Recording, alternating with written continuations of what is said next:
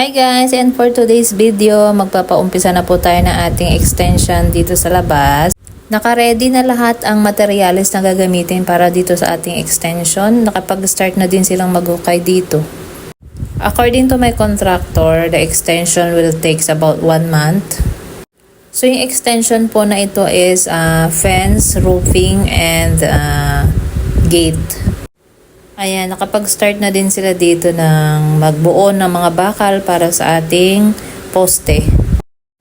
Ang ginawa nila ditong poste ay 3. Nakakatuwa lang isipin na after how many years na pagtatrabaho abroad, makakapag-umpisa na tayo ng ating sariling bahay. Sa ngayon, asawa ko na lang nag-abroad, so nagtutulungan kaming dalawa para matapos itong ating pinapagawang bahay. Actually, itong bahay na to is from Pagsibol Village sa Naay, Cavite. Nakuha namin itong bahay na ito noong 2022 nung nasa Qatar pa ako. Tapos pinaumpisahan namin ng renovation ng interior nitong June 2024. I-upload ko din po ang video ng ating interior renovation para makita nyo.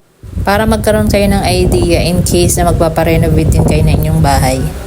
So abangan nyo lang po ang outcome. Bye!